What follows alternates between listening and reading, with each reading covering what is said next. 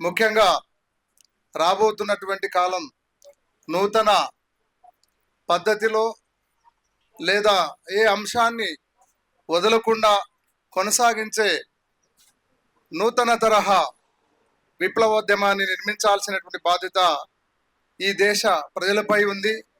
దాన్ని విజయవంతం చేసుకునే బాధ్యత కూడా ఈ దేశ ప్రజలపై ఉంది. కాబట్టి దానికోసం ఆర్నిశలు కృషి చేయాల్సినటువంటి అవసరం ఉంది. ఈ మధ్య కాలంలోనే అనేక జిల్లాల నుంచి ఆడజన రాజ్యాధికార సమాఖ్యగా నిర్మాణం అవుతున్నటువంటి మహిళా కామ్రేడ్స్ అందరికి కూడా విప్లవ అభివందనాలు తెలియజేస్తున్నా. ఈ ఉద్యమాన్ని లేదా ఈ పార్టీని నడిపించేందుకోసం వాళ్ళందరూ కూడా ఈ పార్టీలోకి సుస్వాగతం తెలియజేస్తూ, ముఖ్యంగా వాళ్ళు డిమాండ్ చేస్తున్నటువంటి తెలంగాణలో 3వ ముఖ్యమంత్రి దళిత బహుజన మహిళా ముఖ్యమంత్రి కావాలన్న డిమాండ్ను సిపిఎస్ఐ పార్టీ కేంద్ర కమిటీ స్వాగతిస్తుంది, దాన్ని బలపరుస్తుంది. దాన్ని ముందుకు తీసుకుపోయి ప్రచారం చేసేందుకోసం, ఆ కళని సార్థకం చేసేందుకోసం కూడా సిపిఎస్ఐ పార్టీ ఎంటర్ అంతా కింద నుంచి పైన వరకు కూడా దానికోసం కృషి చేయాలని చెప్పి తెలియజేస్తూ, అంతేకాకుండా దరిదాపు 29 సంవత్సరాల క్రితం ఈ ములుగు అడవిలోనే కామ్రేడ్ మారోజు వీరన్నతో పాటు ఆయన సిద్ధాంతాన్ని కొనసాగించాలంటున్నటువంటి కామ్రేడ్స్ అంతా కూడా దోమరతోవా అనే ప్రాంతంలో సమావేశం జరిగింది. అక్కడ దరిదాపు ఒక 21 రోజు మారోజు వీరన్న నిర్మిస్తున్నటువంటి నూతన సిద్ధాంతం పైన అక్కడ చర్చ జరిగింది. సుదీర్ఘమైనటువంటి దరిదాపు ఆ 21 రోజుల్లో అనేక దఫాలు అనేక అంశాల మీద చర్చించడం జరిగింది. అంతేకాకుండా అక్కడ మారోజు వీరన్న రూపొందించినటువంటి డాక్యుమెంట్ను ఆమోదించి అక్కడే ఉన్నటువంటి మొత్తం జనశక్తి పార్టీ నాయకత్వంలో ఉన్నటువంటి సాయుధ దళాలన్నీ కూడా కామ్రేడ్ మారోజు వీరన్న తీసుకున్నటువంటి సిద్ధాంతం వైపే రావడం జరిగింది. కొంతమంది మాత్రమే ఆ రోజు ఈ మారోజు వీరన్న సిద్ధాంతాన్ని చాలా ఒక 7-8 మంది తప్పితే మిగతా ఉన్నటువంటి ఎంటైర్ ఒక 300 మంది సాయుధ బలగాలన్నీ కూడా మారోజు వీరన్న వైపు, ఆయన సిద్ధాంతం వైపు రావడం జరిగింది. అక్కడ మారోజు వీరన్న లేదా ఉన్నటువంటి జనశక్తి పార్టీలు రెండుగా చీలడం ఇక్కడ జరిగింది. ఆ రోజు నుంచి ఈ రోజు వరకు మాట్లాడలేనటువంటి వాళ్ళు అప్పుడు నిన్నగాక మొన్న 16వ తేదీ హైదరాబాద్లో పుల్లన్న ఈ అడవి ప్రాంతానికి కార్యదర్శిగా ఉన్నటువంటి పెద్ద ఆయన కూడా ఆ సమావేశంలో మేము మీ సిద్ధాంత చర్చల్లోకి రామని చెప్పాడు. ఆ రోజు 21 రోజు అక్కడే వేచిండి తర్వాత నేను మారోజు వీరన్న సిద్ధాంతాన్ని విభేదిస్తున్నానని చెప్పి సీలి కొంతమంది తీసుకుని వెళ్ళిపోవడం జరిగింది ఆయన నాయకత్వం, పుల్లన్న నాయకత్వం. ఇంకో 16వ తేదీ ఇంకొక కొత్త విష్ణుమూర్తి అవతారంతో ఆ సభలో మాట్లాడుతూ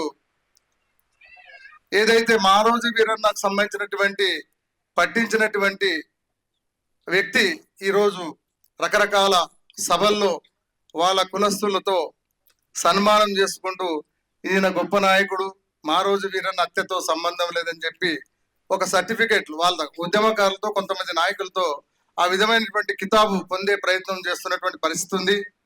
అందులో భాగంగానే మారోజు వీరన్న తర్వాత నేనే బాధ్యతలు తీసుకుంటానని చెప్పినటువంటి విష్ణుమూర్తి, వెంకన్న, చారవాకుడు మారోజు వీరన్న తర్వాత ఆయన తీసుకోలేదు.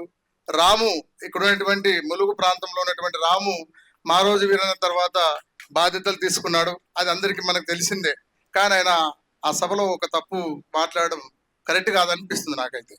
అంతేకాకుండా ఆ సిద్ధేశ్వరే మనకు దిక్కు లేదా బోనస్ లైఫ్, ఆయనకేమో బోనస్ లైఫ్ ఇచ్చినాడంట, ఏమో రాజ్యంతో మాట్లాడి ఏమైనా ఆయన ఏమి చేయకుండా కాపాడాడేమో తెలియదు. కానీ ఆయన మాటల్లోనే ఏదో ఆయన నుంచి ఏదో సాయం పొందినట్లు మాట్లాడడం జరిగింది. ఆయన వీరన్న హత్యకు సంబంధించినటువంటి దాంట్లో ఆ రాష్ట్ర కమిటీ ఏం తీర్మానం చేయలేదని చెప్పి ఈరోజు దరిదాపు 27 సంవత్సరాల తర్వాత ఆయన చెప్పడం జరుగుతుంది.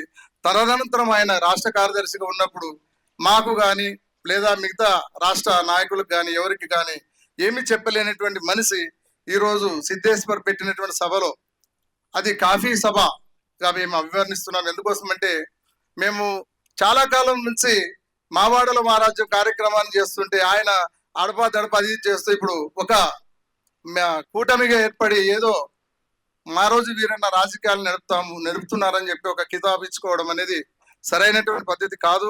పెద్దలు చాలా ఇక్కడ ఉన్నటువంటి నాకేమి ఇది ఈ విషయం మీద నేను ఎందుకు మాట్లాడుతున్నానంటే ఇక్కడ గోదావరి ప్రాంతంలో ఉన్నటువంటి చాలా మంది కామ్రేడ్స్ నాకు ఫోన్ చేశారు, వెంకన్న చార్వాక ఎందుకు ఇట్లా మాట్లాడుతున్నాడని.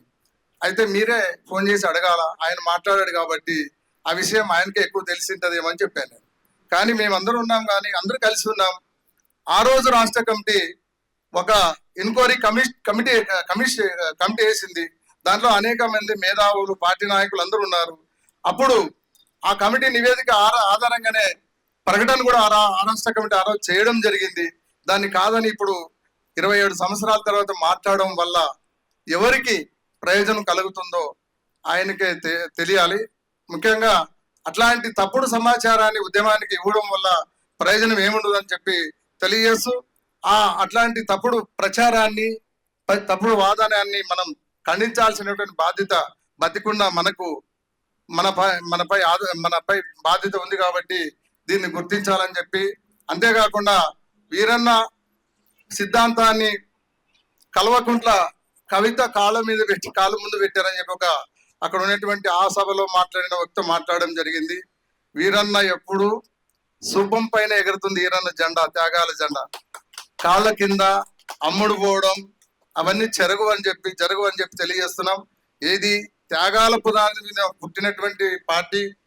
బహుశా నేను ఈ సందర్భంగా చైనా కమ్యూనిస్ట్ పార్టీలో బంబార్ద్ హెడ్ క్వార్టర్ ని దెబ్బ కొట్టినటువంటి వాళ్ళంతా కూడా చాలా చిన్న వయసు వాళ్ళు. మమ్మల్ని అందరూ కూడా పార్టీని పునర్నిర్మాణం చేసినాక వీళ్ళు ఏం నడుపుతారు, వీళ్ళకి ఏం చేత కాదు, వీళ్ళకి డబ్బులు లేవు, వీళ్ళకి అవగాహన లేదని చెప్పి అన్నారు. మేము ఈరోజు ఒక కొత్త ఒరవడిని మావాడలో మా రాజ్యం కార్యక్రమాన్ని రూపొందించుకొని మేము దరిదాపు 3 సంవత్సరాల నుంచి కొనసాగుతున్నాం. ఎంతో అభివృద్ధి చెందుతున్నటువంటి పార్టీని పక్కదోవ పట్టించేందుకు కోసం ప్రయత్నం చేస్తున్నటువంటి అన్ని ప్రయత్నాలు కూడా తీవ్రంగా ప్రతిఘటించి పార్టీ ఆశయాల కోసం, మావాడలో మా రాజ్యం సాధన కోసం ముక్త కంఠంతో త్యాగ నిరతితో త్యాగపూరితంగా పోరాటం చేసే కార్యకర్తలే మనకు ఉన్నారు. కాబట్టి చాలా భవిష్యత్తులో ఎవరైతే వీళ్ళను చేసినటువంటి నాయకులందరూ కూడా మన కాళ్ళకు ముందు రావాల్సినటువంటి అవసరం ఉంది. వాళ్ళు మన దగ్గర కలిసిపోవాల్సినటువంటి అవసరం ఉంటుందని చెప్పి తెలియజేస్తున్నాను. అంతేకాకుండా కొన్ని ఆర్థిక పరమైన ఇబ్బందులు ఇవి అన్ని అధిగమిస్తాం మేము, సైద్ధాంతిక పరంగా, రాజకీయంగా, లేదా భవిష్యత్తులో మేము సీతక్కతో కలవక ముందే తెలంగాణ రాష్ట్రంలో 9 అసెంబ్లీ స్థానానికి పోటీ చేశాం. మేము కవితతో కలవక ముందే మేము ఏమనుకుంటున్నామంటే ప్రజాస్వామిక పద్ధతిలో మా రోజు వీరన్న సిద్ధాంతాన్ని సమాజంలో నిలబెట్టాలా, ఆ సిద్ధాంత వెలుగులో అధికారంలో ఉన్నటువంటి ప్రజలందరికీ అధికారాన్ని పంచాలనే ఉద్దేశంతోనే మేము ఈ మా రోజు వీరన్న పార్టీని మళ్ళీ నడుపుతున్నటువంటి పరిస్థితి ఉంది. కాబట్టి దానికి అందరూ కూడా ఆదరించి త్యాగపూరితంగా ఏమాత్రం అమ్ముడు పోకుండా మా రోజు వీరన్న ఆశయాల జెండా సూపం మీద ఎగురుతుంది, కానీ ఎవరికి అమ్ముడు పోయే అవకాశం ఉండదు. అవసరమైతే వదిలేస్తాం. రాజకీయంగా వాళ్ళు సామాజిక న్యాయాన్ని మేము కొనసాగిస్తామని చెప్పారు. కాబట్టి రాజకీయంగా మేము ఐక్య సంఘటన కాదు, మావాడలు మా రాజ్యాన్ని ఏ పార్టీ ఆమోదిస్తుందో ఆ పార్టీతో మేము కొనసాగుతాం. ఎందుకోసం అంటే లాభం మాకే కాబట్టి, మా ప్రజలకే కాబట్టి, ఎవరికో అమ్ముడు పోయేది కాదు కదా. మనకి అధికారం ఇస్తామంటున్నటువంటి పార్టీల వెంట పోవడం తప్పెట్లయితే చెప్పండి. అధికారం ఇవ్వనని మనం అమ్ముడు పోయి మనం ఓట్లు వేసి సిపిఎం సిపిఐ లెక్క వాళ్ళని గెలిపించే కోసం అయితే మనం పోతే మన తప్పు అవుతుంది. మాకు అధికారం ఇస్తామనే చోటకి మేము పోవడానికి ఎప్పుడు ఎల్లవేళలా సిద్ధంగా ఉంటామని చెప్పి తెలియజేస్తూ, కామ్రేడ్ మా రోజు వీరన్న ఆశయాన్ని కొనసాగించాలా, అమరవీరుల వాళ్ళ త్యాగాన్ని మనం ఎత్తిపట్టి వాళ్ళ ఆశించినటువంటి ఆశయాన్ని నెరవేర్చాల్సినటువంటి బాధ్యత మనం అందరి పైన ఉందని చెప్పి తెలియజేస్తూ ఈ అవకాశం ఇచ్చిన మీ అందరికీ ధన్యవాదాలు తెలుసు.